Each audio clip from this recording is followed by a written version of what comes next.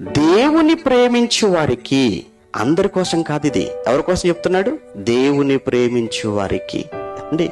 మీరు దేవుని ప్రేమించేవారా? మీరు దేవుని ప్రేమించేవారేనండి. స్థానికంగా సంఘంగా ఉన్న మీరు దేవుని ప్రేమించేవారు. మీరు ఏమండి, మేము దేవుని ప్రేమించేవారమా? అవును. ఏం చేశారు? మీరు ఎన్ని కార్యక్రమాలు చేయలేదు? ఎంతమందికి మీరు వాక్యాన్ని వినిపించే కార్యక్రమాలు చేయలేదు? ఎంతమంది ఆకలి కోసం మీరు ఆలోచించలేదు? ఎన్ని కార్యక్రమాలలో మీ కష్టాన్ని ఇవ్వలేదు? మీ చేతులతో మీరు కష్టపడలేదు? మీకు దేవుడంటే మీకు ప్రేమ. దేవుడు మర్చిపోయేవాడు అనుకుంటున్నారా? మనిషి మర్చిపోతాడు. మళ్ళా చెప్తున్నాను, మనిషి ఇప్పుడు తింటాడు, ఆ తర్వాత ముద్దుడుచుకుంటాడు, నువ్వు ఎప్పుడు పెట్టావు అంటాడు. ఇది మనిషి నైజం. ఈ రోజు తింటే రేపటికి మనిషికి గుర్తుండదు. అందుకే మనుషులు స్వార్థ ప్రియులని దేవుడు చెప్పాడు. మనుషులు కృతజ్ఞత లేని వారు అని దేవుడు చెప్పాడు. మనిషి మరిచిపోతాడు అన్నాడు. ఏమండి, దేవుడు మనిషి ఒకటి కాదు కదండి. మనం ఎవరికి చేసినా, ఏది చేసినా, దేన్ని బట్టి, ఎవరిని బట్టి చేసామో తెలుసా? దేవుని బట్టి చేశాం.